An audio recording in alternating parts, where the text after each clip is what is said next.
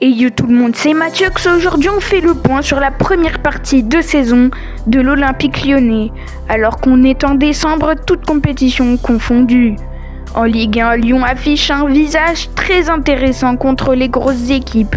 Les Gaunes ont signé de bons résultats face à l'OM, au LOSC et au Racing Club de Lens, montrant que l'OL a clairement le niveau pour rivaliser avec les équipes du milieu de tableau.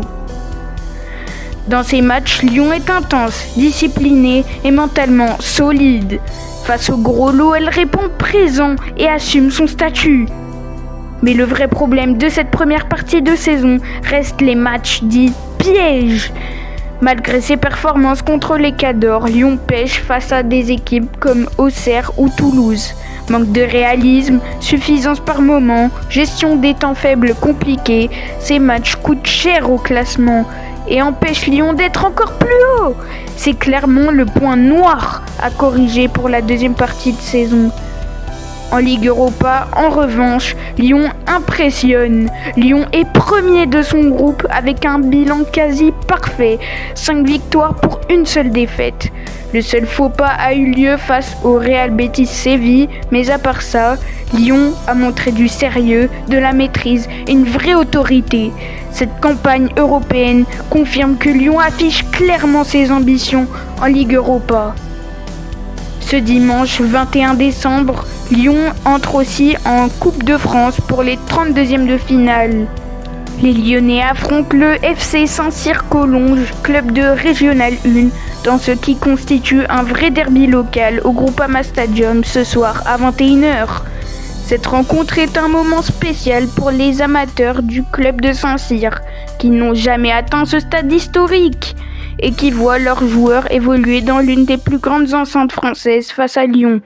Sur le terrain, un leader se détache, Corentin Tolisso.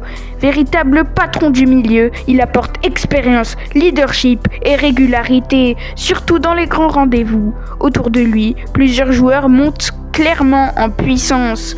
Pavel Schulk, de plus en plus influent offensivement. Morton, essentiel dans l'équilibre du jeu. Karabek, créatif et dynamique, et Alfonso Moreira, dont les performances et les entrées sont de plus en plus convaincantes.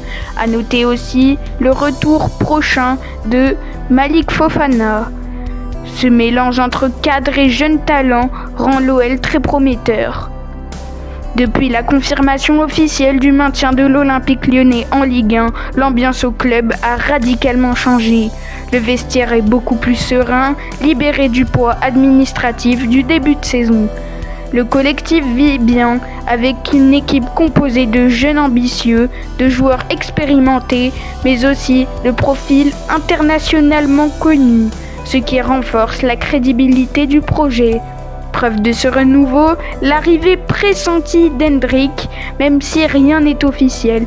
Le simple fait que son nom soit associé à l'Olympique Lyonnais montre que le club retrouve une vraie attractivité et ambitionne de redevenir un acteur majeur en Europe.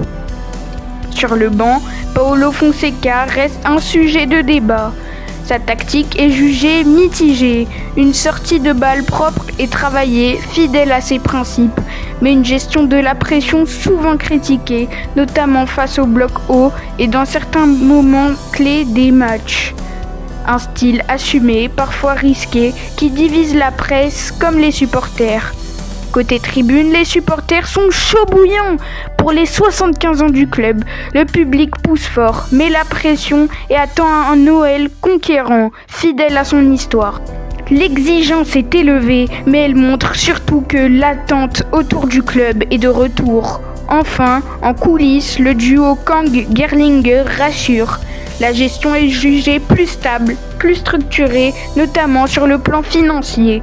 Après plusieurs saisons compliquées, l'Olympique Lyonnais semble enfin avancer avec une vision plus claire et plus durable.